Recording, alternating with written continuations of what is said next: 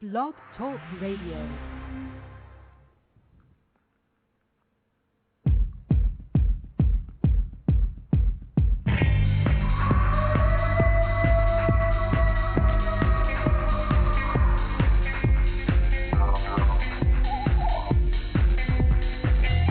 Welcome to Sasquatch Watch Radio with your host, Billy Willard, and the Blog Squatter. Strap in, hold on tight, get ready, because it is about to go down.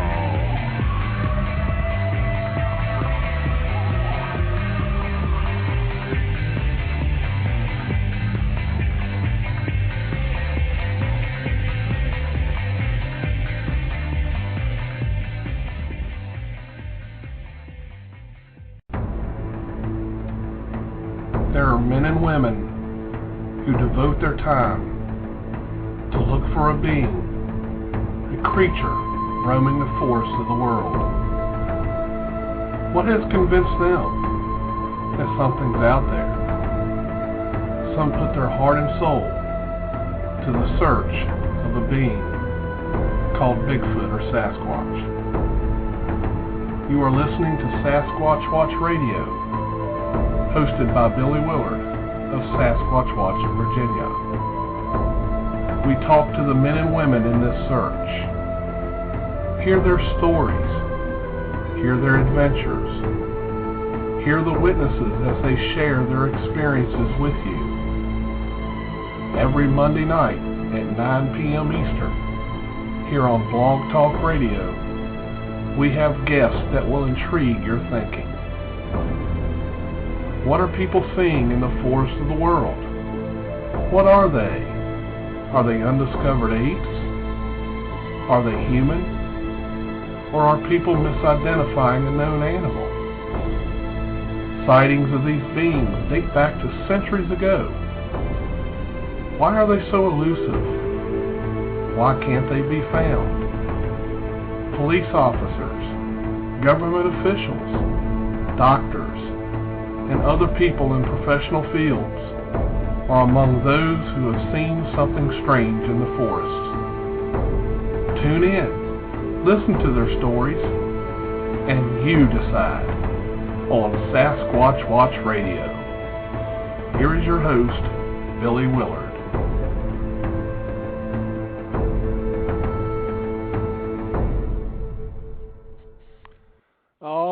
Welcome everyone. Welcome to another episode of Sasquatch Watch Radio. Today is Monday, October 19th, 2009. Back from an expedition in Kentucky where I froze my behind off and got wet. And we have, well, I guess everybody wants to know who the surprise co-host is. I've been seeing people in the chat room asking who is this new surprise co-host. So I'll put it to you this way. It's someone that all of you know, probably heard many, many times on another radio show. He's decided to take on another show. And, you know, me and him had a pretty lengthy discussion. I wanted to make sure I wasn't going to burn him out. He said it was going to be okay. So as soon as you hear his voice, I think everybody will be able to figure out who it is. So, surprise co-host, go ahead and introduce yourself. I was debating on if I should disguise my voice, but I guess there's no point, right? Shouldn't make them wait any longer. Don't make them wait any longer, Mr. Mike Killen. We won't make them wait. The Yeti has landed. Well, it's great to have you along as a co-host, Mike. I've always enjoyed. I'm sure everyone's enjoyed listening to you over on Bob with Bob Coyne, and so we're glad to have you. Yeah, well, it's good to be here, and you know, Billy, you know, we've known each other about 5 years, just about now. It'll be 5 years. Ever since ever since Nezra. Yeah, met in 05. So I mean, you know, coming up on 5 years. So. You know, you needed a co-host, and you know, unfortunately, DB left rather suddenly for reasons that he felt he couldn't continue on the show, and sorry to see him go. And I just want to put this out there that if I'm basically doing the show to help you out, Billy, and if DB ever decides that he wants to come back in the future, I would certainly jump right out and give him his seat back, because this was his show as well as your show, and if he wants in ever, all he's got to do is say the word. But until then, or if he decides not to come back, then that's fine. But I just wanted to make that clear that if he ever wants back in, I'll be more than glad to give it back up. But in the meantime, I feel I can help you out, and we obviously know each other, or a couple of years now, and we'll get along great, and I think it'll be a good chemistry between us. Yep, I think so too, and I'm sure DB appreciates everything you just said. He maybe he'll take a little bit of a break, and once he gets a little time off, maybe he'll decide he wants to come back. But we'll let him make that decision. So absolutely. Everybody needs a break every now and then, so nothing wrong with that. Yeah, let me just say one thing quick, Billy, because I see some people in the chat here. If you saw Jordan and Jim Footicus. No, guys, the Bigfoot Quest show is still going. I'm actually going to be doing double duty. Going to be wearing two hats, so to speak. I'm going to be on Billy's show Monday night, and I'm still with Bob on Tuesday. So a couple of people there were asking, is the show over? Nope, it's still going, and I'm just going to be doing double duty. As I said, I'll be on Monday and Tuesday nights. So. All right, very cool, very cool.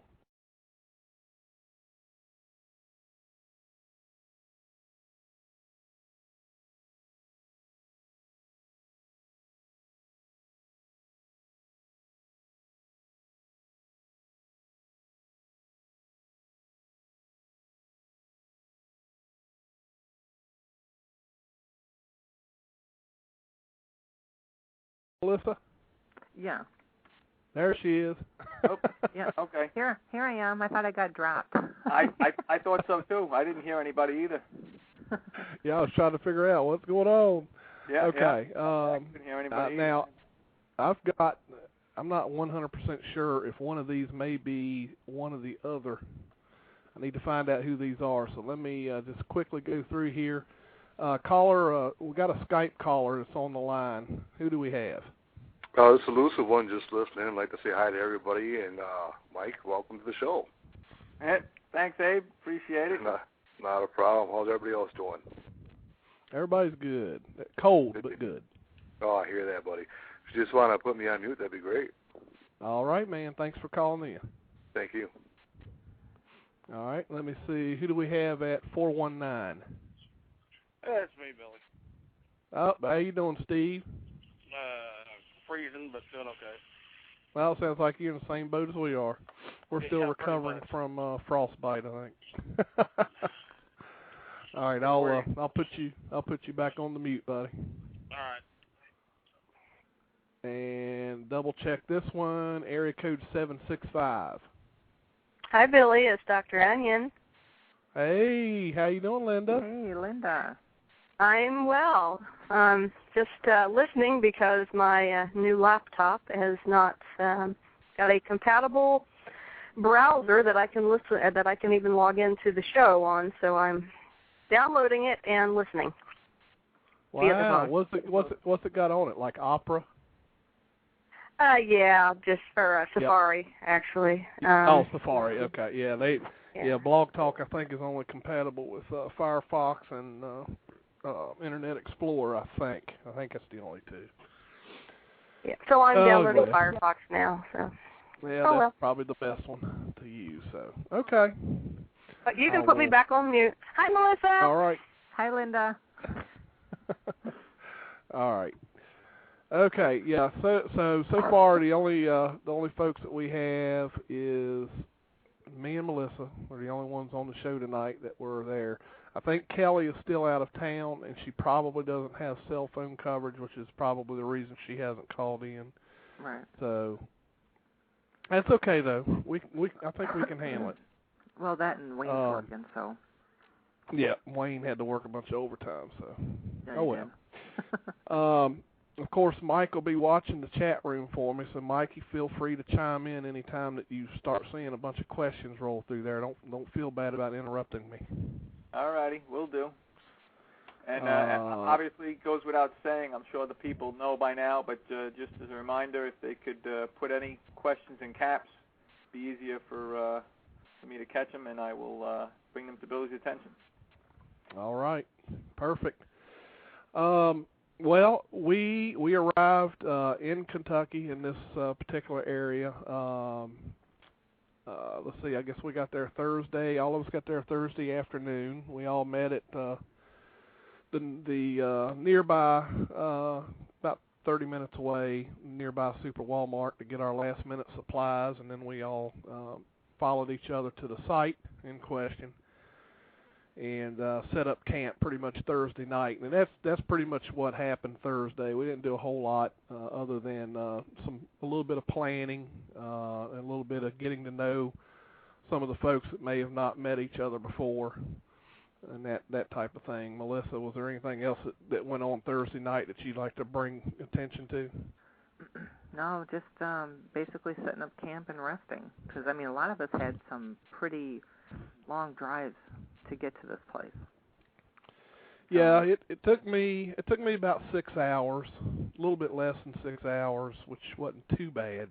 Yeah, it took us about 4 or 5 from Ohio. Yeah, I think Kelly definitely had the longest. Mm-hmm. Well, of course she started up early and stopped into Ohio and then came down. So, right. But that's still a long hike. I know. I remember when I went down to Texas from Virginia, and I tell you, I never wish that on anybody. I will get on a plane next time, no doubt. Yeah. But, yeah, I think that was pretty much the gist of it. You know, everybody had set up their tents and got everything together. I think the first night we had cooked out some hamburgers and had some pretty good burgers, too, I have to say, even though I cooked them, you know. But, you know. Yes, you're rather skilled with the grill, man. Yeah. But yeah, that was pretty much the limit of it. We got to meet. You know, have we? What are we allowed to say about the site, Melissa? Anything except for the address. You know, we can't disclose the, you know, the directions. Right. And I well, prefer that so we basically, not get the actual city, not the actual city, right. The closest largest town. Right. I think we can safely say, no, let's not do that. I'd rather not, because, you know, his family's safety, because there are some strange people who would like to find out where he lives. So I would prefer that we not be the cause of any outing. So. Right. But it's safe for everyone to know that we were at the Kentucky Live Research Project. Yes, that's which fine. is the KLRP.com website where you can actually watch the live camera shots and audio.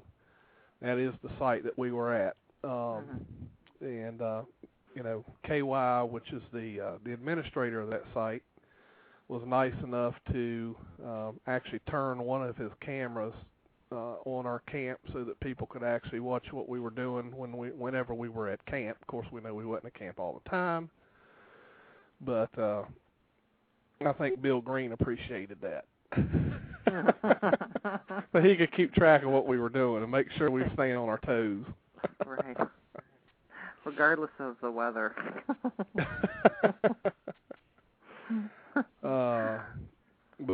Yeah, it's they said I had the URL. I thought I said it right. Well, actually, each one of the cams on the property, there's 4 cams that go streaming live, and I believe each one of the cameras had at least one of the tents in focus. It had each, you know, the whole area was at one point, you know, you could see each one of the tents. So, because yours was on, I believe, Camp 4. Yeah, and I think I've got the link right now. Yeah. The word KLRP.com. Right. So that's it. Yep. So if anybody wants to check, it's actually a very interesting site. I mean, it's really cool. You can turn the speaker up so that you can hear the sound. It's got a really good microphone out there. I mean, it's pretty cool. It really is. So you can sit there and do your live Sasquatch hunting from the convenience of your computer. Right. So, but yeah, it's an interesting project. I know they've been doing it for a while, and right. Of course, it started out. I remember when it started out with one camera, with no sound. Yeah. And Well, it was back in the first time I heard about it was back in February of 2008. Yeah. Yeah. It was back a year ago. Well, Henry's saying that he was listening to you snoring, Melissa. So. That wasn't me. It was probably me, Henry, if it was probably loud. Billy. Yeah. Or one I was of the hoping others. to call one in. we had at least 1, 2, 3, 4, 5 very loud snorers in the group, and unfortunately, it kept some of us awake. That's okay. So no, it wasn't me. Yeah. You got any questions there, Mike, before I go on? Actually, there was 2 questions. I don't know how serious they are, but they typed them in caps, so I guess I'll ask them. All right. First one, I don't know. I guess either JC's going to have to call in or he's going to have to type his answer in chat. But Irish guy wanted to know, in his words, why is JC such a creep?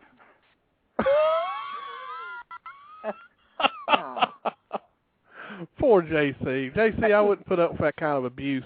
Hey, I'm just reading the questions, folks. I don't make them up. I'm just reading. So, JC, maybe he wants to answer that in chat. And we had a question from Craig W. I think also kind of semi-jest, but he's asking, were any pancakes eaten there?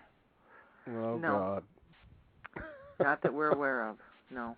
No, we did not make any pancakes, Craig. The only thing we made was hamburgers, hot dogs. We had some steak. Yeah. We had Chili. sausage, eggs, and onions all mixed together one morning. Oh, yeah. And I did that at home tonight, too, Billy. I've been jonesing for it ever since I had it. That was one of the best breakfasts I've ever had in my entire life. It was good. It was very filling, too.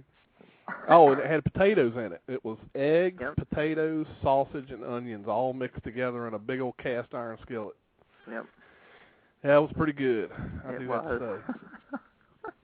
So thank you, Jody, for bringing the potatoes. Yeah. Let's see. Now we had on Friday.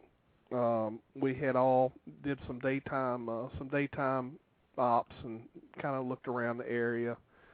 Checked out an area where there's a fairly good-sized pond.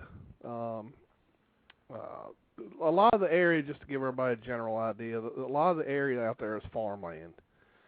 People have everything from chickens to cattle to horses to donkeys, just about anything you can think of out there. So that gives you a general overview of the type of country-type area that this place is in.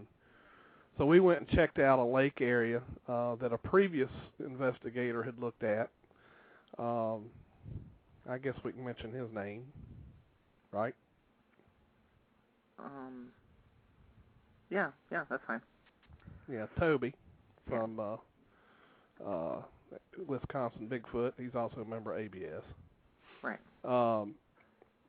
Had went up there and had a look around and had found some some possible footprints and that type of thing. So we went up and checked out that area. It's a very interesting area. There are caves in the area, a lot of limestone, lots of overhangs for things to find concealment.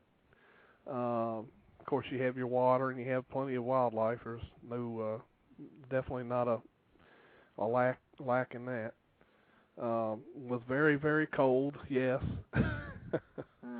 I see some people mentioning 40 degrees. That was during the daytime. Right. But yeah, it's a very, very interesting area. I mean, as soon as I saw the area and we were walking around, I was like, wow, this is just, this is prime. Yeah. So definitely, but again, we had a lot of cold weather. We had a lot of rain. I don't think a lot of things like to move around in that kind of weather. Personally, it's my personal opinion. So, but so that was what was entailed Friday during the daytime. Other than going over planning what we're going to do for night surveillance and that kind of thing. Well, and of anything course, you want to add, Melissa? Well, then again, of course, on Friday we had to pick up the other guy. What's his name again? Oh yeah, the other guy. Yeah, the other guy. The other guy. Yeah, the Who other is that? guy. What was his name again? Jody Cook? Jody Cook. Oh yeah, that's right. Yeah. He was the one that was late for the party. Okay, so. He's in the chat room. I know. We're picking on you, Jody. Yep. Oh God. Yep, we had to pick up the other guy.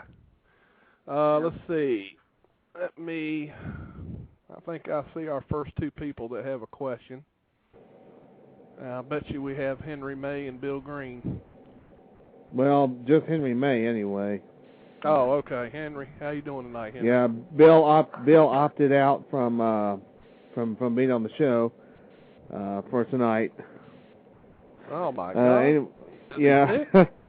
That's no. I guess he just decided not to be on tonight. Hello, Melissa. Hey, Henry. Hey, Mike. Hey, Henry. How are you? Yeah. I'm fine. Yeah, it's been a while. Got a cold.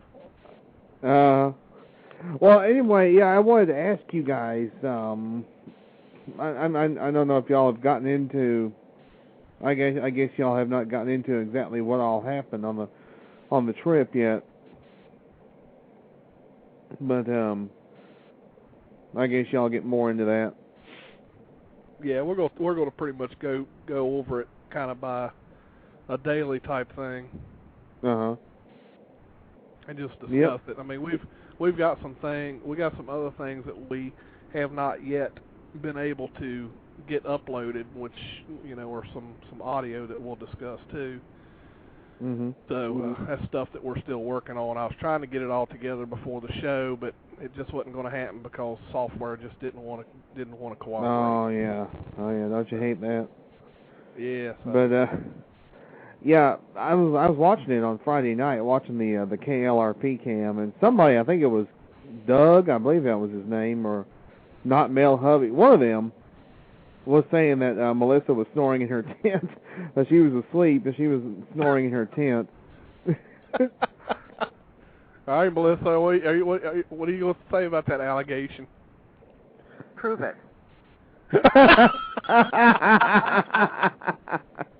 Exactly. Now I watched it for a little while on Friday night, and then I watched it a little bit longer on Saturday, and there were some interesting things going on there. On Saturday, I know y'all said there was movement from certain places and things like that, or y'all thought you heard movement. And those damn beagles going off all night long. Oh yeah.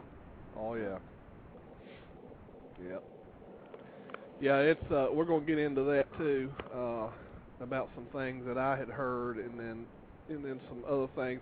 I'm hoping that one of the fellas who was watching the camera, maybe, I don't know if he's listening to the show or not, but I'd like to hear his response if he can call in. I don't know if he will or not, but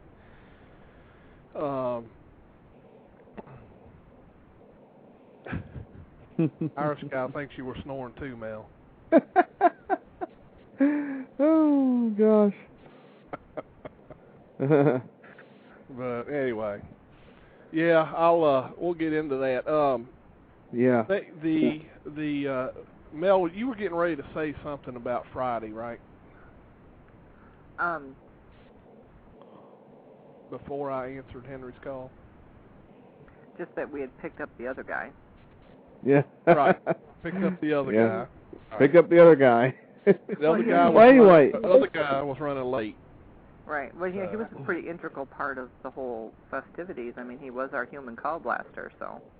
Right. You know. Right. We had to make sure he got to the property. Yeah, that's correct. And yeah, I heard his whoops when he was doing the whoops. When y'all were talking about over the walkie-talkies, we're gonna do a few whoops. You were talking to Kelly, and she was like, "Copy that." And I heard the whoops. I'm sure you did. Anyway, just about right beside the mic. Oh my gosh. Anyway, I wanted to announce that we had a really good HBMs last night. We had Dr. Robert Pyle on the show, the author of Where Bigfoot Walks, and if you want to catch the archives, just go to HBM's Crypto Corner on Blog Talk Radio. And let's see, this Sunday, there's going to be a new Monster Quest on. It's going to be 2 hours about the Yeti at 9 Eastern, 8 Central. Oh, cool. So is that the start of the new season then? You know, I don't know. It might be. Okay. Because I know they were kind of putting that on hold, and we were kind of talking about it. So hopefully they decided to go ahead and start rolling them out, because my understanding is that they've got plenty of footage for the season already. So.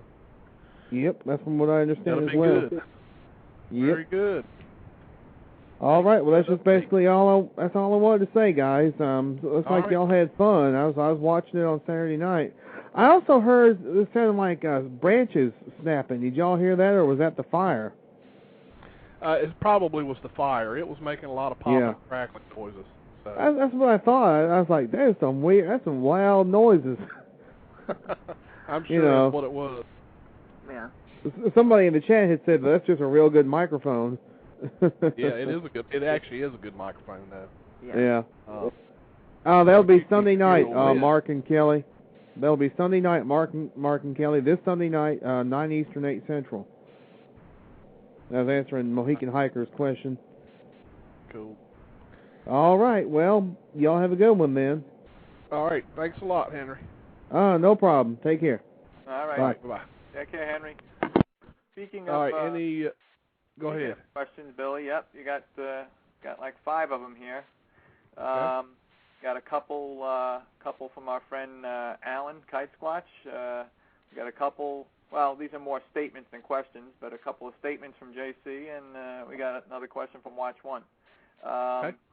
Let's take Kitesquatch first, because he was first with the first question. He wanted to know what the weather was like for the whole weekend. And we could do a whole show on that. Yeah. And his follow-up question, I'll ask them both because he asked 2. His follow-up question is, how did the area in Kentucky compare to the area in West Virginia? Okay. You want to start with the weather, Melissa? Well, I hate to complain. You know, we knew going into this that there was a possibility of rain.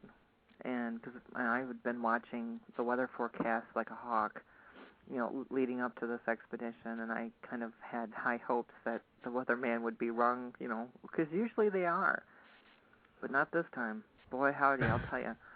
They were right on the money. When it wasn't full-on raining, all we had was like this spitting stuff coming at us, and it was cold. And I remember Saturday? It was windy, and it just blew right through you because it was so cold.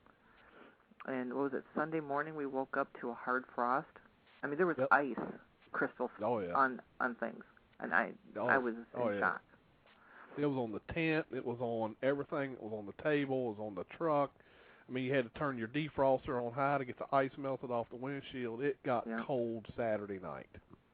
Yeah, it sure did. And you know, everybody was picking on me the night before because I told everybody, I said, I am not going to freeze my backside off tonight. And I told you guys I was going to sleep in my rain gear because I was only warm when I was in my rain gear. And I think I was the only person who didn't get woke up because they were half frozen in the night. Well, I woke up that night. All the other nights, I mean, wasn't that bad, you know, as far as me being able to stay warm. But that last night was definitely the worst because I woke up and my feet were cold. My feet don't ever get cold, but they did that night.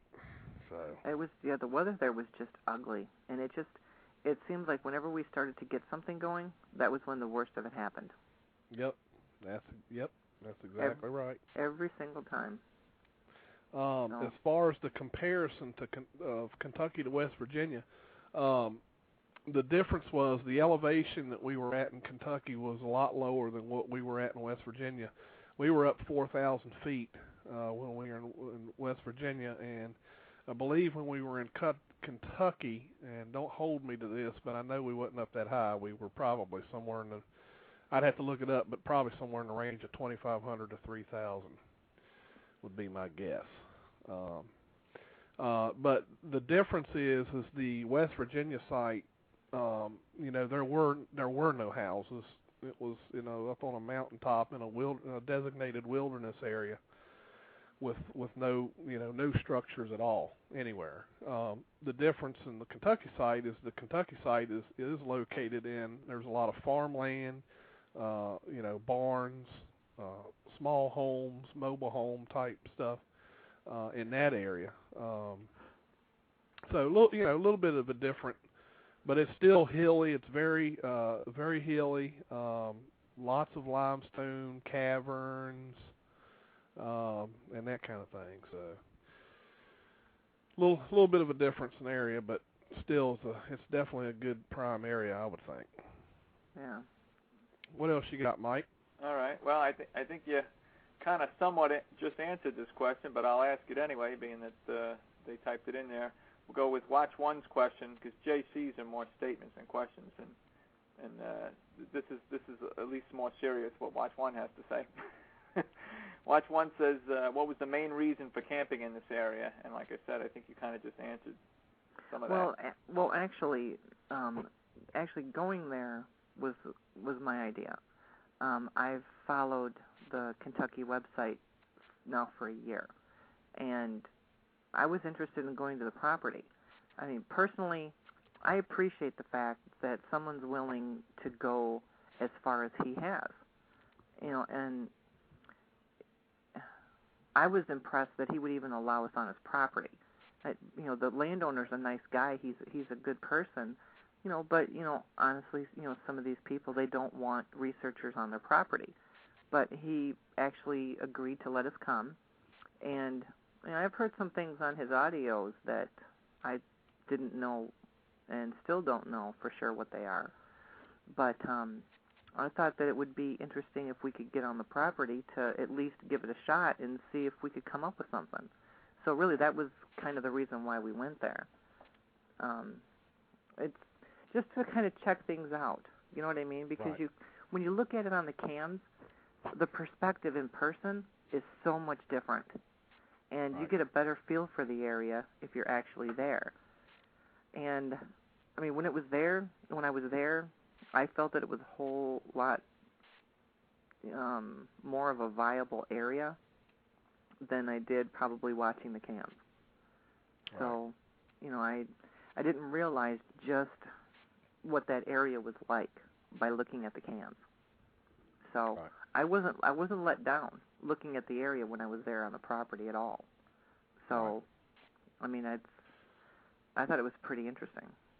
Right, and the other reason that the property was so interesting is there have been sightings in the area, recent sightings right. in the area, which of course is what triggered the whole idea for the cameras right. being put up. And we kind of joked around about it, but if you want to stop Bigfoot activity, just put up some cameras. Right. We kind of joked around about that, but it seems to be pretty true. But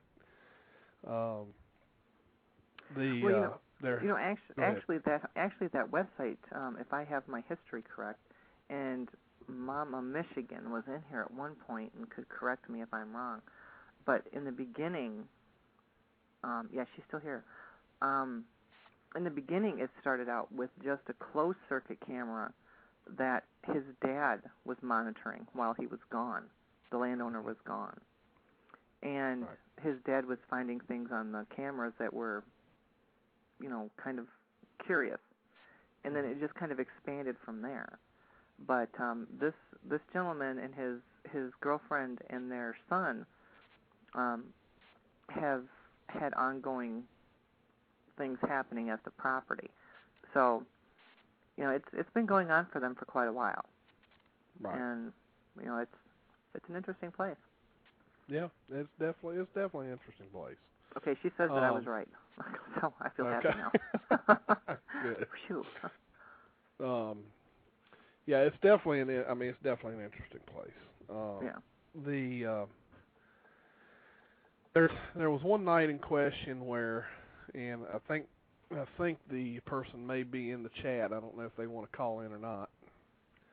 I'm not going to mention any names just in case they don't want to call in. But there was a night in question that I had when I was in the tent. I was waking up probably somewhere around 2:30 or so in the morning, and heard something moving around. It sounded like it was moving around near my truck, near the garage area in the driveway. I actually heard what sounded like something walking on gravel, and there is some areas of soil and gravel up near the garage. Also sounded what sounded like something messing with the door handles on the truck, and I heard something. It sounded like something picked something up out of my truck bed.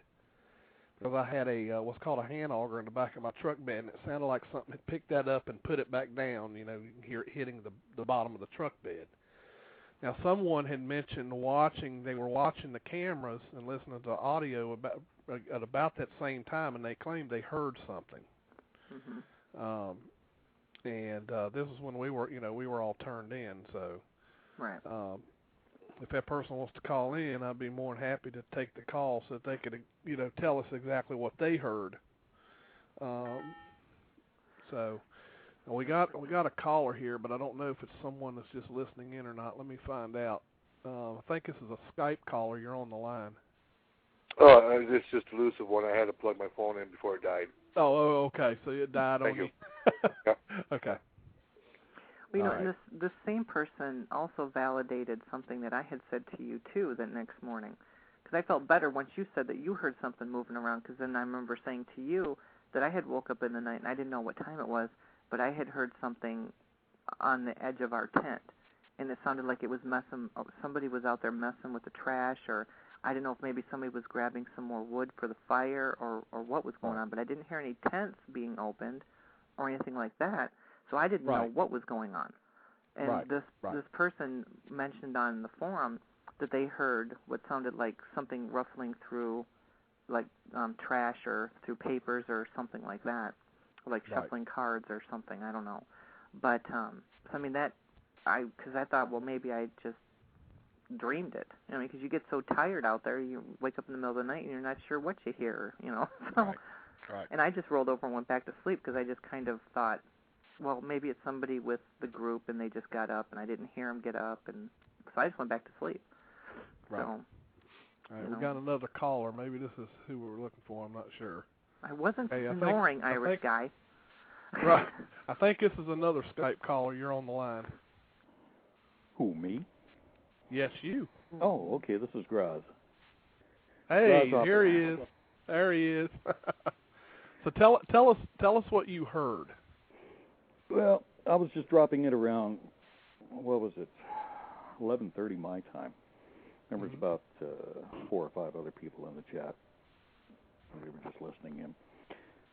And we kept hearing a rummaging sound, like it was close to the mic that looks out over the driveway. Mm-hmm. And we couldn't figure out where the sound was coming from. We couldn't see anything. I'm not sure if you saw the response I had in the forum, but there were so many views of that area. I could see the driver's side of your truck, right, and that side of the bed going out to the driveway, right. And what was it, camera 4, I think it was. I was looking long ways down past the garage. I could see your right fender, your hood, and the garage. I couldn't see anything that moved. Okay. And if anything got past that, it would have to be invisible.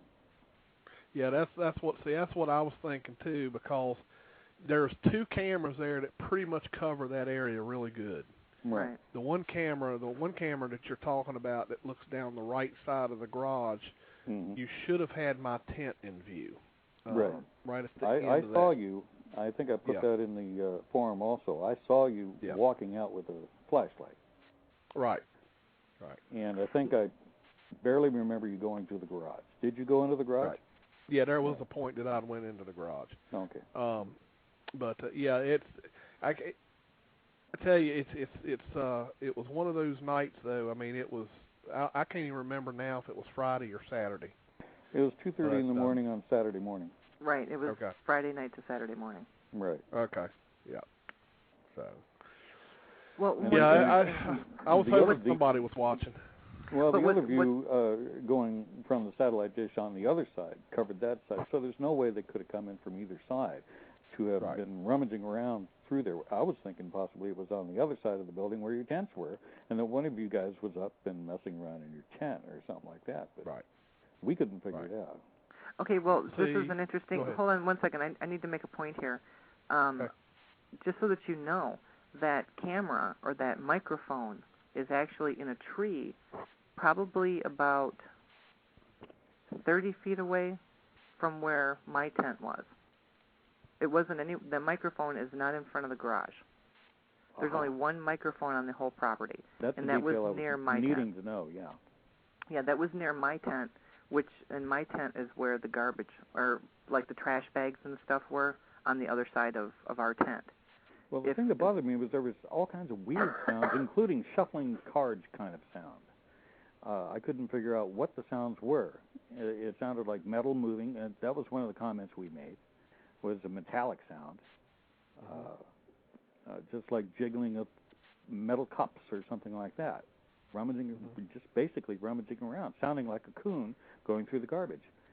Right. Well, strangely enough, I mean, none of the garbage or anything was ever disturbed. I mean, we pretty much purposely left out a lot of stuff to where, you know, if there was any bears or anything like that, they would have had a field day. Right. And nothing messed with anything that we ever even noticed. I mean, we had hot dogs and hamburgers just sitting on top of the table that never got eaten. So, I will say that the garbage bags and the wooden stuff were sitting in a metal wheelbarrow. Right. So. Yep. And this was also I didn't notice anything out of place. Right. This was also around the same time where the beagles just started screaming. Were there neighbors that had a pack of beagles, like 3 or 4 of them or something? There was 2 of them up there that I knew of. There's 2 of them. Yeah, there's 2 of them up kind of on a hill behind the house. All of us made a comment about we all heard a kind of a hawk type of scream off in the distance someplace. 2 or 3 of them separated, and the beagles just went nuts. And the beagles were off in the distance. They weren't anywhere near the house, so I figured they were a neighbor's beagles or something. But they went on for about 15, 20 minutes just screaming as if they were seeing something real close. Yeah, I do remember waking up at a point and hearing them dogs just going crazy at a crazy hour of the night. Right. So and it wasn't just baying. This was just screaming. Right. Now there was one point in time that I was woken up. It was real early. I didn't look at the time. I didn't have a watch on me on this at this time. But I heard something outside the tent. It was a really strange vocalization. The only thing I had beside of me was my digital camera, which has a video recording capability. So, in other words, it does have an audio recorder when you have it in video mode. So I turned it on. That I have not yet. I actually just remembered that I did that, and I haven't reviewed it yet. So I don't know how good the mics are on these cameras. So I got to listen to it because it was pretty far off, so I don't know if it picked it up or not. Well, we in the chat couldn't figure it out because it sounded like a hawk, but not, and we were wondering why a hawk would be screaming at 2:30 in the morning. Right. None of those sounds were making sense that night.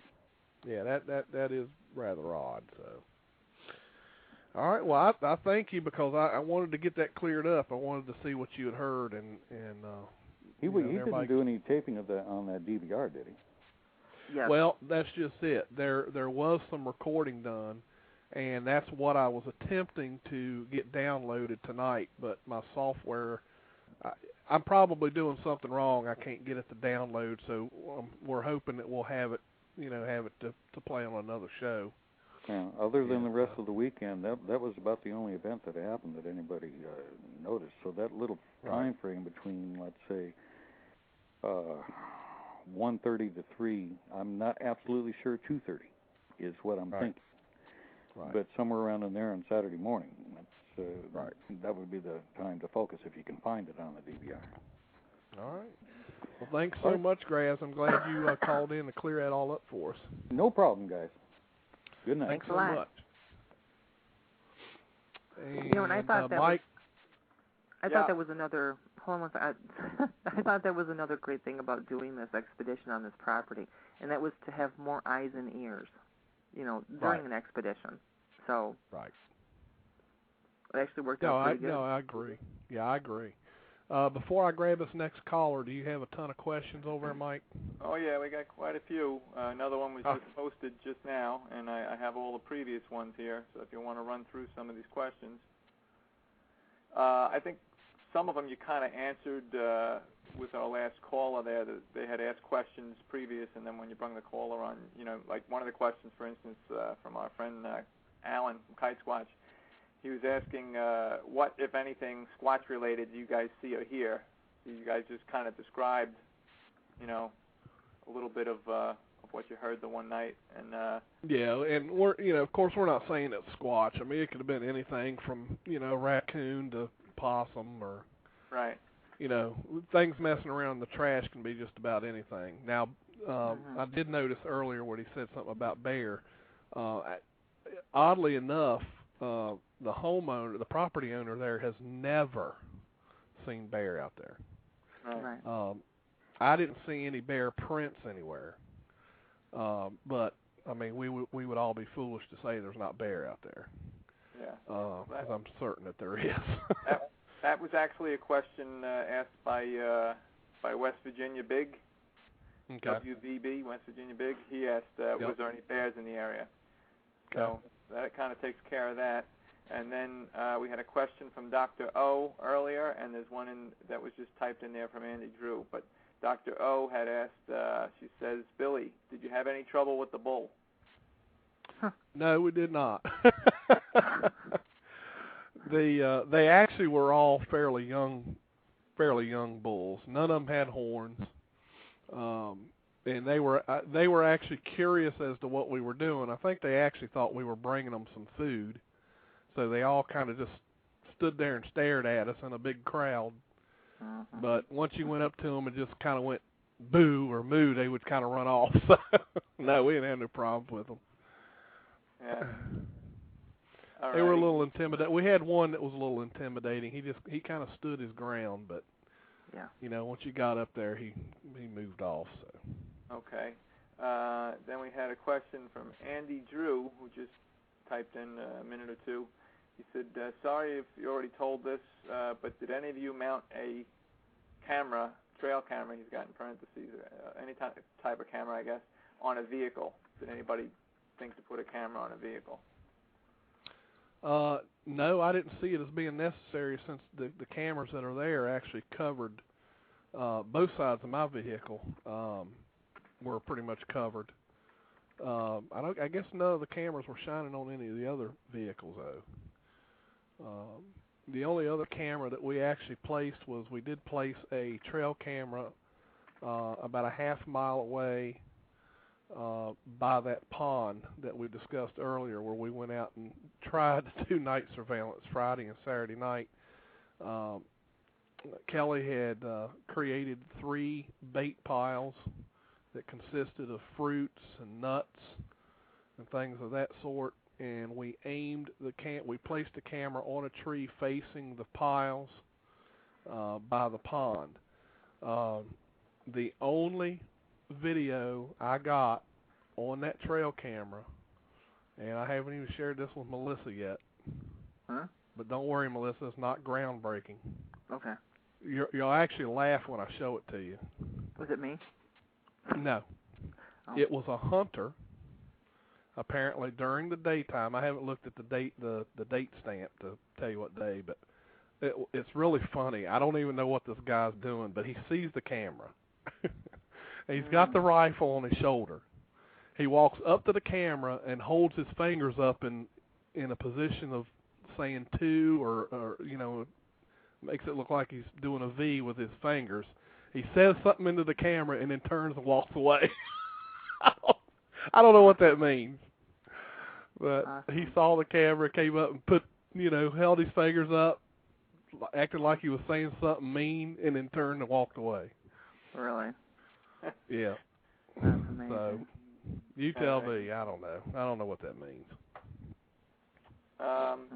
Dr. Onion just typed in, I think maybe you, I don't know if she lives down in that area, but maybe you upset her a little bit when you talked about the bears. She says, what do you mean there are bears in Kentucky? I don't know. Does she live down there? Maybe she's a little worried now. I don't know. Nah, she doesn't live down there. No, there has to be bears there. Yeah. There would have to be. That place, I mean, West Virginia's got bears. This place is so close to the West Virginia line, it's not even funny. I mean, it really is. Very mountainous area. There's got to be some bear out there somewhere. All right.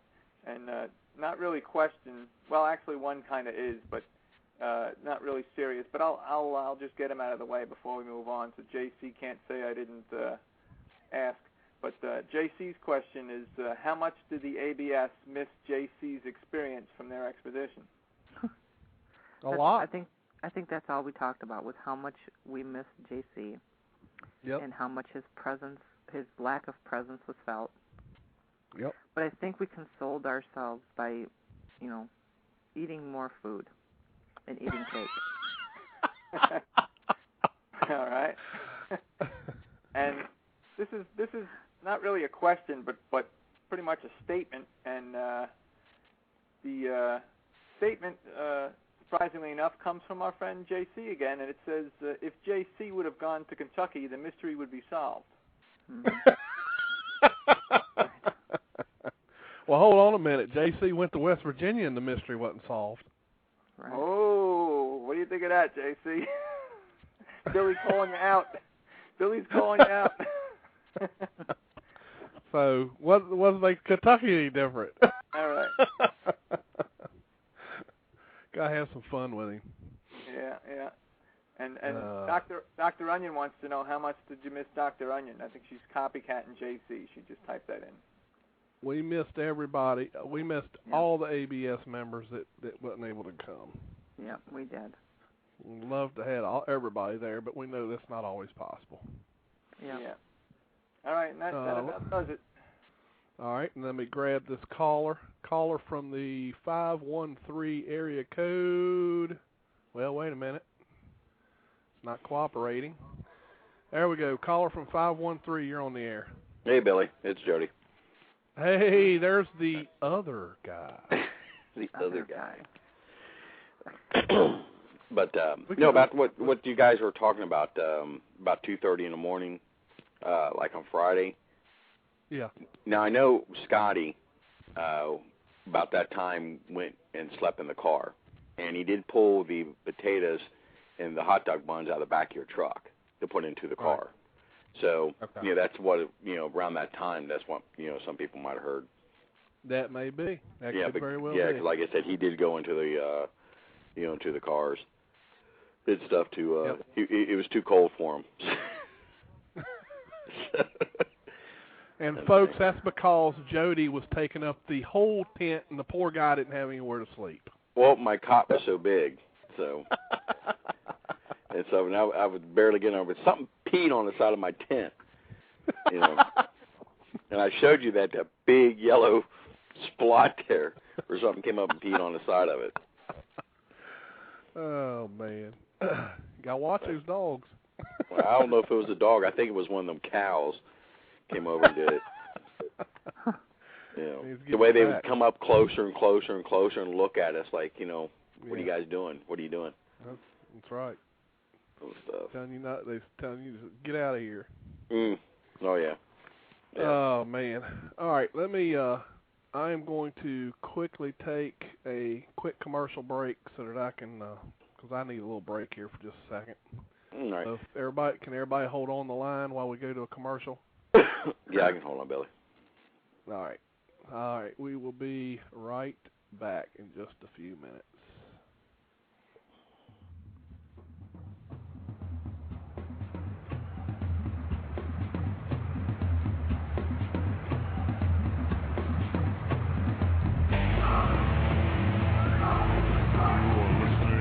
Sasquatch Watch Radio.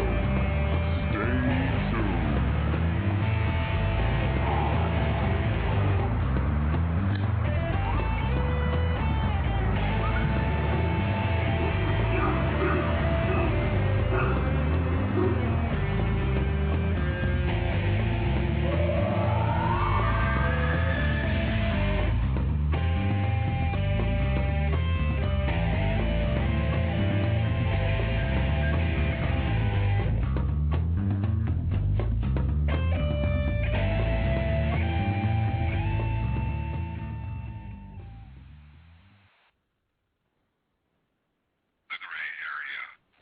Paranormal Talk Radio, bi-monthly, Wednesday nights, 8 to 9 p.m. Central. Paranormal Talk Radio divas Melissa Hovey and Monica Rollins, never afraid to tell it like it is. Too hot for prime time. 60 minutes of take no sh**, grab you by the balls. Paranormal Talk Radio. 8 to 9 p.m. Central, every other Wednesday night on Blog Talk Radio. Paranormal Talk Radio with an attitude.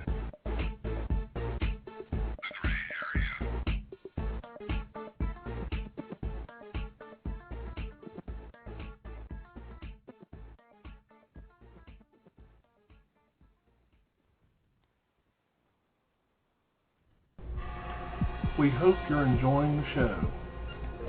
If you get a chance, visit the Sasquatch Watch of Virginia website. It can be found at www.sasquatchwatch.net. Sasquatch Watch of Virginia is a Bigfoot and Wildlife Scientific Field Research Association. We conduct field investigations and field research within areas of reported encounters. Our friendly research methods do not strive to harm or kill any wildlife. We seek to be cooperative and not hurtful to any person or groups or to any public or private organizations. Feel free to visit our website. Have you had a sighting of a creature? Then feel free to call our hotline to submit your encounter. Our hotline can be reached at 703-445-4287. And remember, we specialize in sightings here in the state of Virginia. Or you can report your encounter at our website under the tab Report Your Encounter. We will make certain that someone gets in touch with you. And please enjoy your visit to our website. Again, it is www.sasquatchwatch.net.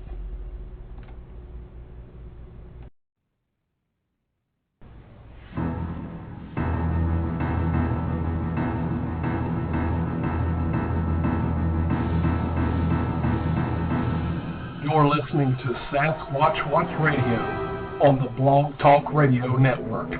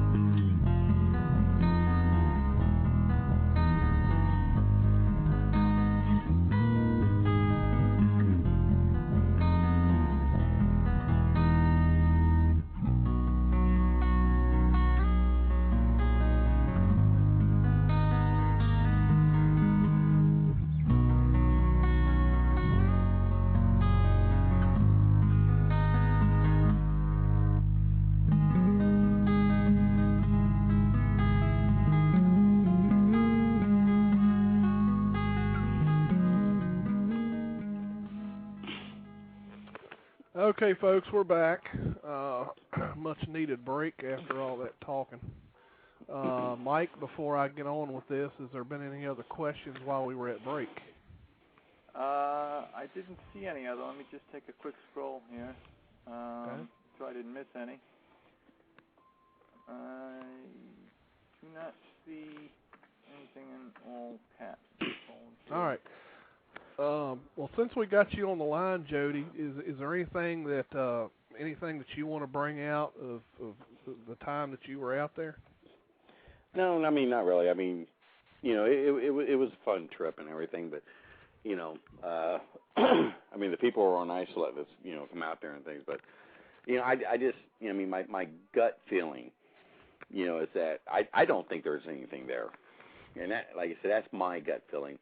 Now, Saturday night, when we were out there, I had a really odd feeling, about being out there, because it was more different than Friday night. But the fact that you had bait set out for 3 days and nothing touched it. I mean, not even any type of small rodents or anything like that. And I just, with the dogs barking and stuff, I mean, that could be anything. Right. You make of the dogs bark and stuff. I mean, it just, I would watch the site before, for last year and stuff, and there was just nothing there to make me believe that there's anything going on. Now, they had some good stories, of kind of stuff that was happening out there, but it was all, hearsay or, circumstantial. To what was going on. I mean, there were just absolutely no proof of, what was. I mean, other than the one sighting there and stuff. But like I said, I just deep in my heart, I just don't think there's anything there. I mean, there was nothing there to lead me to believe that there was. Right. And like I said, that's my opinion, and that's just the way. I look at it. I mean, it's like Salt Fork, obviously, I know there's something there, but right. It's just maybe because I wasn't there long enough, or I need to go back again, Well, but I mean, obviously, Jody, I think it was the circumstances. Oh, yeah. We were there. It was cold. It was raining. It was wet. I think these things have enough sense to stay in out of the weather. Oh, I believe now. Yeah, I agree with you. I think if we were there earlier in the summer, we probably would have had some activity, right. Or something. But like I said, it just everybody was cold, miserable, and wet, and we probably overlooked so much stuff because we were more concerned on what the environment, the environment around us, the weather, and what's for dinner. Things like that. I think that was Well, the weather will make you more concerned about those things, actually. Right. But it was so weird because every time we went out to that certain location, to do the surveillance, it rained like crazy. I mean, it wouldn't do it all. It wouldn't do it all day until we got out there. It was like something didn't want us there. Yeah, because it would just rain, and the minute we would get back, it's done. It's done right. with. But I tell you, the spot where we were, and to get to that spot, buddy. I mean, it was scary. It was like waiting for flying monkeys to come down and get you, from the Wizard of Oz and stuff. I mean, but there was just something around that area that was just odd, and you felt it. You just felt that, there was just not something right in that area. Now, except for that one part when we were coming back, where we heard something was coming up that creek. Right. Coming behind us, and then when we would stop, it would stop, and stuff. But that was, again, that could have been, a It cow. It could have been, Yeah, it could have been, it could have been bear. It could have been, it could have been that skunk, that we saw. I mean, it could have been anything, out there and stuff. But right. It's just like. But like I said, I agree 100% with you when you sit there and say when the weather is to a certain point, they're not going to move. Right. You know, because they get wet. They get wet too. They get wet and cold like anything else. I'm sure. Exactly. You know, and I don't think they're going to move in weather, like especially, what was going on there. My God, the frost and stuff. I mean, it was just unbelievable. Right. So, what do you think, Melissa? About what? I don't know. I thought I heard you try to say something a couple times. I know, but first of all, I think before I say anything at all, I think I should probably say, "Hi, Ruthie. Now please go to bed so your mother can keep her sanity." Billy, say hi to Ruthie, and she wants Jody hi, to Ruthie. say it. Hey, Ruthie.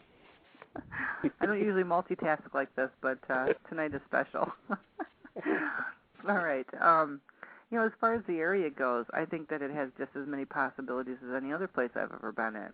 I mean, I think you need to take into account the fact that the weather was really crappy, and from everything I've ever heard from people involved in this research, animals do not move in this type of weather. They bed down, they hunker down because they don't want to deal with it either. We're the only things that were stupid enough to sit out in it. We didn't even have the common sense to head back to our tents. We just put on rain gear and huddled around the stupid fire, which is probably why I have a cold and I'm sucking on cough drops now. So, I mean, I think that the property there in the surrounding area has just as much of a possibility as having one of these animals as any other place out there. And it's not just, the reports by the family that lives on that property that we were responding to.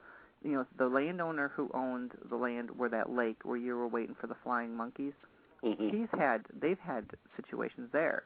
A little old lady about a mile or two down the road recently she said that something crossed in front of her front yard, and she watched it, and it's not the first time she said she's seen it.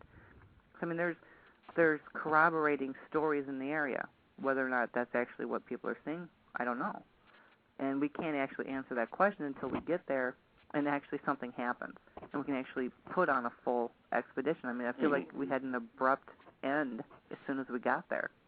Oh, yeah. So, I mean, I agree. I mean, that area is I mean, definitely something could be in that area. I mean, definitely. But, I mean, it's just what I was saying is where I just don't think anything's there because, they're just, I mean, something would have got to the bait. If there was activity going on there, I think the bait would have been touched. Well, but then you also have to consider the fact, the bait was sitting in a cow pasture. Why? Yeah, I mean, even the cows didn't even touch it. Yeah. See, that's another thing that bothered me too, that the cows didn't touch it, and the small rodents touched it. So that kind of tells me too that maybe that there's something up there. And, I mean, the cows won't even go up there, or even the small rodents won't even go up there, for some particular reason. And it might be because there's something there, Right. Or it might have just been because it was rainy and nasty and cold. Right, yeah, who knows? It's hard to tell why some people have activity when they go out. I mean, but you can't expect every time, we head out into the field they'll find something. Oh, exactly. Exactly. No, but I'm just saying. I mean, with my impression of, what the people are talking about with all the activity that was going on there, you would think that there would be something there. We would, I mean, not necessarily find the Bigfoot, but find some type of evidence that something was there. Other than just the the stories. I mean, I wish to God it would have got that dog that night. That beagle, that thing was, was just driving me crazy Saturday night. And I was just praying to God. And I mean, because I'm laying there and I hear a thump, and then the dog doesn't say anything. So I'm like, good that, the Bigfoot got this dog to shut him up. And then he continues going again. Well, and there are reports of that actually happening in that area. Oh, yeah. There have been a number of homeowners in the area that had dogs missing, yeah. Exactly. In fact, the house, I think it was the house just up the hill from us, their dog house, and their dog was chained up, to the dog house or something like that. The whole dog house was dragged up the hill, and the dog was gone, and the dog was on a chain. Well, I think the house that we passed going to that location, I think those people had a dog missing and a couple, chickens that were ripped apart. Right. You know, and of course, like coyotes normally don't, just without eating them, but like Billy says, the fox will do it and things, but they had the dogs missing in the area there too. I think if we could, I think if we could answer the question, why is it that you can have activity sometimes and other times nothing? I think if we could answer that question, we'd probably have the answer to this mystery. Yeah. Right. I mean, I think that's where it all lies right there. Is what does it take, to create? Is it curiosity? Is it, are we making it angry because we're out there looking for it? Or what is it? Why is it that sometimes you can have activity and sometimes you don't? I think it was just too cold out there. It was wet, and like the thing of it is, I mean, every movement we heard. I mean, there were so many cows out there, and things. And I mean, if anything was out there, we would at least heard them. If it was getting close to us, you know what I'm saying? We probably would at least heard them, make sounds or something to move to get out of the way. Even with the horses, we might have be able to hear something. But with, like you said, with the rain coming down and stuff like that, Friday night, it could have been right there in our, AO, and we would have never known it because of the rain. Right. No, I agree. I agree with that. Yeah. But, like I said, I mean, I'm still half and half about it, if there's anything there, if there's not, and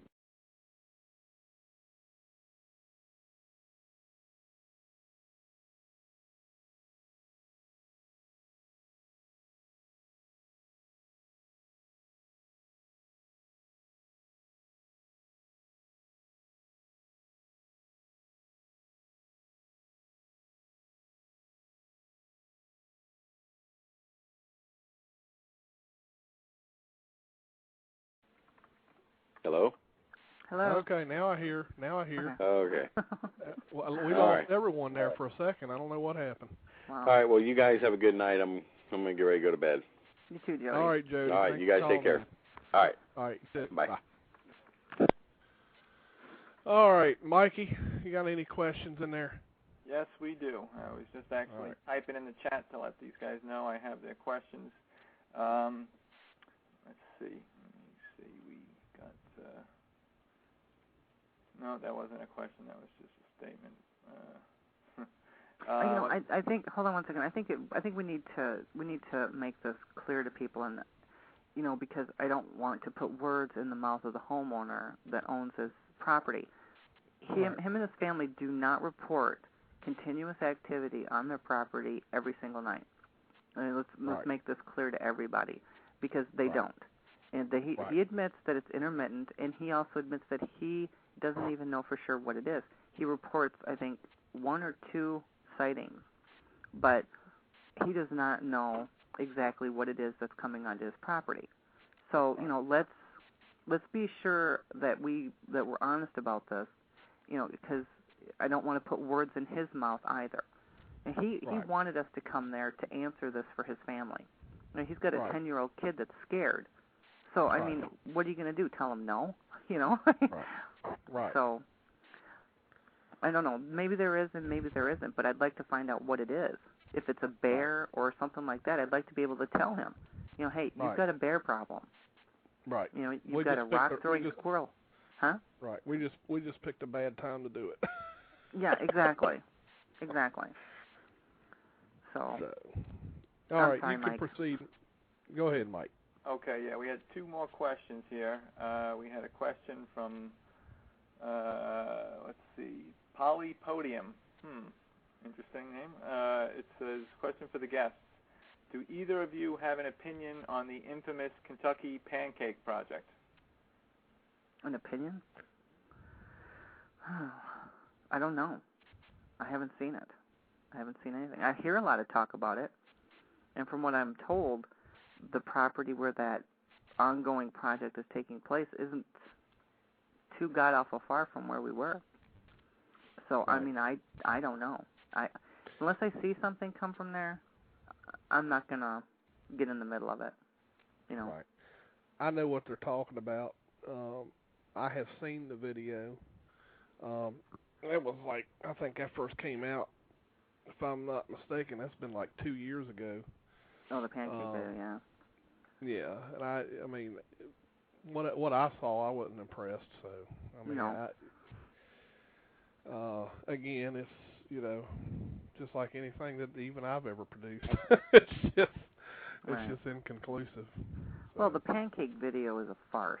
I'm sorry. That I will give you an opinion on. I think that is a joke, unless they can prove to me otherwise. To me, that looks like somebody with a towel wrapped around their head. You know, I don't see a Bigfoot in that video at all. Now, if there's something else there, if they have better video or better photographs, and I'm hearing that they do, you know, I'll wait till they come out with that, and I'll give another opinion. So. Right. All right. And we had another question here from Good Going, and she says, Mike, please ask, did Billy ask the property owners if there has been any depletion of wildlife, mainly deer, in the past couple years?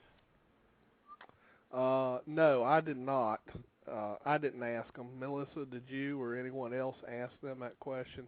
No, but we saw deer outside. We saw. I mean, there's there's deer and skunk and just about everything else out there. I mean, it didn't appear to me that there was any depletion of wildlife. I mean, we found turkey prints, we found coon prints, we found, of course, cow prints.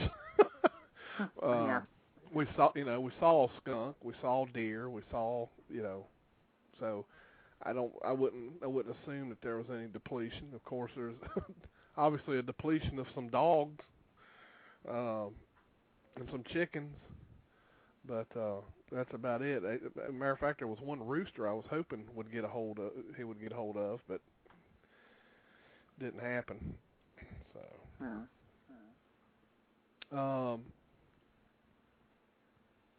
And there's one. Is that it, Mike? Well, there's one other thing. Just now, a minute or two ago, Midnight Walker just typed in here. I'll read this to you. He says, all right, I'm assuming it's a he. I am assuming you guys did tracking and you didn't find any signs, or was the property just somewhat limited? A few days in the area is going to be very hit and miss for activity, especially with that weather. Yep, right. I agree. I agree with that statement. Yeah, we did look. We did look. Yeah, we did. We looked for tracks. Matter of fact, around the pond area, which is probably the best place out there, the cow pasture and around that pond was all fairly nice mud, and we looked in that whole area. We walked up some of the ravines that leads to the pond. Looked around, didn't find anything that appeared to be of a large hominid-type footprint. The only thing we really found, like I say, was, your typical deer tracks, coon tracks, turkey tracks, cow tracks. That's the only thing I recall seeing out there. Yeah. Other than that, I didn't see anything that indicated Bigfoot to me, track-wise. Right, yeah. But there have been, my understanding is there have been tracks casted out there. Yeah, the homeowner actually contacted me last year after because he had casted one before he met me, and then last year he found another one near that creek bed, and he got a hold of me to ask, how to make sure that he was mixing everything correctly and how he should do it. And he got a hold of me, and I walked him through it. And so, yeah, there's been at least 2 tracks casted that I know of. Right. Yeah, I think that's what I heard, too, was two casted tracks out there. Oh, but then there was the other track that was found up near that lake. Right. A good possible print. But I don't know if they casted that or not. Right.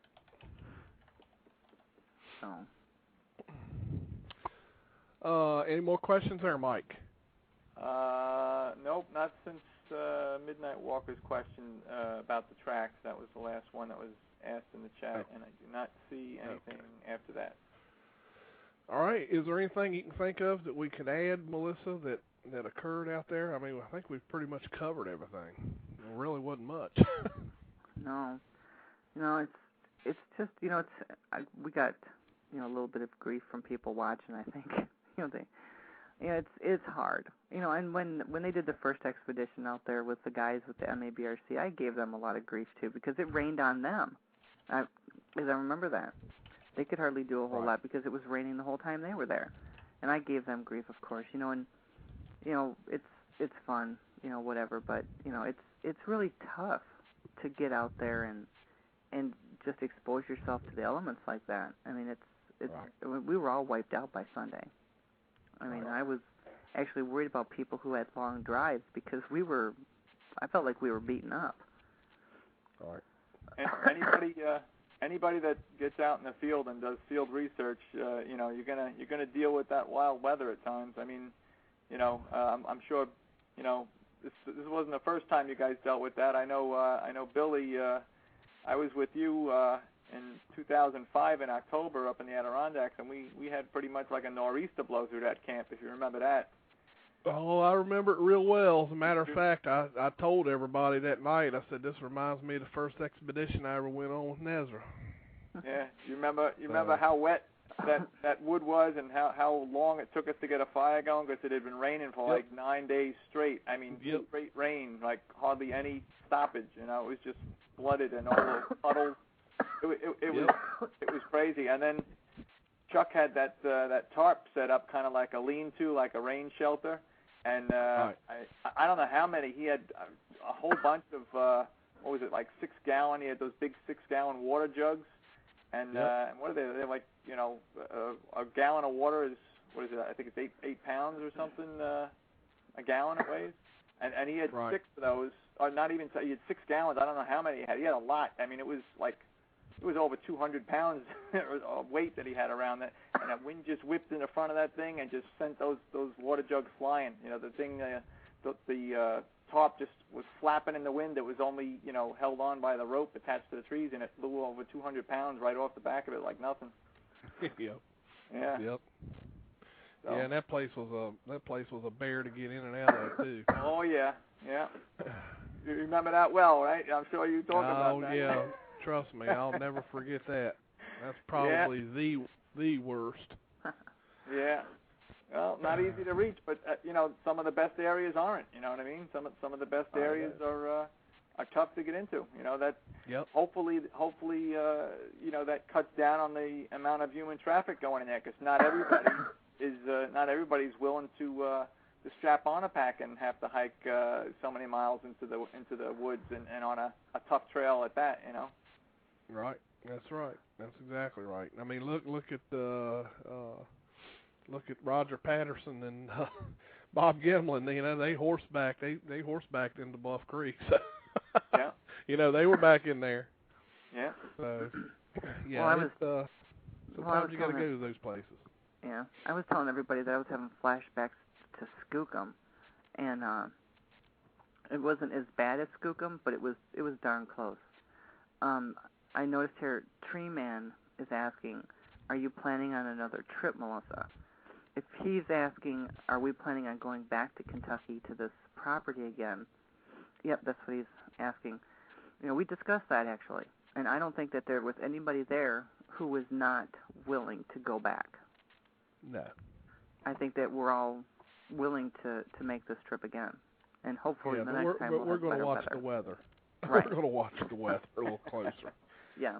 I mean, there were several reasons why we had to pick that weekend. One being the fact that I had just gotten off of a West Virginia expedition, and then I know there were some other conflicts too as to why we picked this weekend, and we just stuck with it. We knew that they were calling for rain, but we went ahead and was just crossing our fingers and hoping they were wrong, but they were right. Well, he says, because you're all welcome. Well, I think I speak for pretty much everyone here, Tree Man, who is actually the property owner. I think I speak for all of us that were there that weekend when I say that we appreciate your hospitality. You know, they were good to us, and they were very nice. And I mean, it was good to be, you know, involved in an expedition on somebody's personal property where they actually wanted you to be there. You know. Right. So right. it was a great situation for all of us. There was no problems between us and the landowners, and they were great people, and I have absolutely no problem going back. No, I don't either. And I agree with you. The hospitality there was, you know, we were, I mean, with the exception of a few people there, you know, he didn't know us from Adam. Right. And he left his door open to allow us to be able to go in at any hour of the night or day to use the restroom, you know, and I mean, it's just you can't ask for nicer people than that. I mean, everybody there was very pleasant, and I would love to go back. So yeah, Hey, it makes. Go ahead. I just got to give Billy a little bit of a hard time now. Did I just hear left the door open so you can go in and use the restroom? Now, come on, guys. You guys are, you know, you're supposed to be out there roughing it. You're in the forest, you know. Come on now. This is somebody's backyard. Come on. You get a roll of TP and you get a shovel and you have some hand sanitizer. That's roughing it. Hey, don't say that too loud, JC. I'll have a fit. You don't want to have to hear about digging holes. Yeah, but see, this is somebody's backyard. That you know, and remember, this place was covered with cameras. I don't think there was one spot, you know, barely that we would have had enough privacy to use the bathroom, you know, outside. I'm just giving him a hard time. No, I know. But yeah, there was one more quick question here. Kite Squatch was asking Billy, any expeditions to Central or South Virginia planned? We are planning an expedition in Central Virginia. It will not occur in the winter time or during the raining season.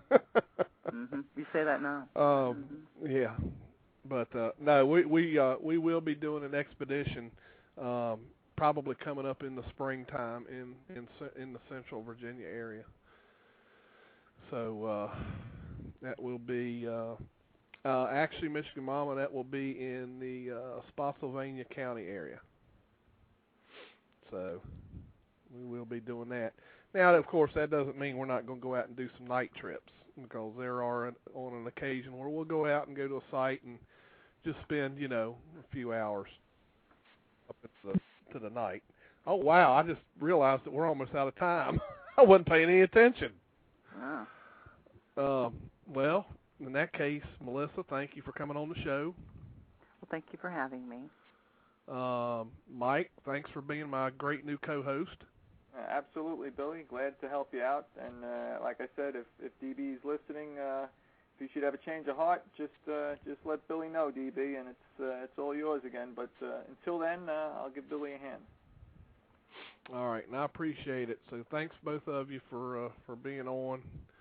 And thanks for everyone for tuning in tonight. At one point, I think we had about 45 folks in the chat, and I appreciate each and every one of you. I realize Monday Night Football is hard to get away from, especially if you're watching the Redskins. Not. They couldn't play football. I better not say that. I'll get in trouble. I'm in Washington, D.C. But I will tell y'all some good Washington Redskin jokes maybe next week if y'all want to hear them. They're pretty funny.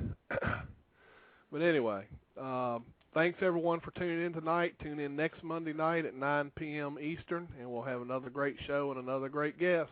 Good night, everybody. Good night, guys.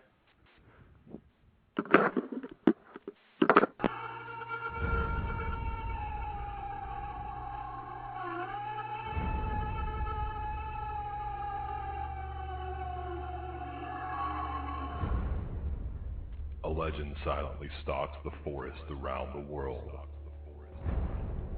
leaving giant man-like footprints in its wake. Skeptics scoff while the true believers search for the answers. and those who have seen it will never forget.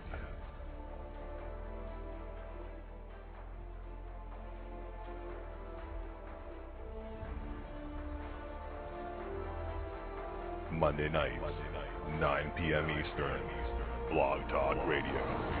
Billy Willard and the Blog Squatcher present Sasquatch Watch Radio.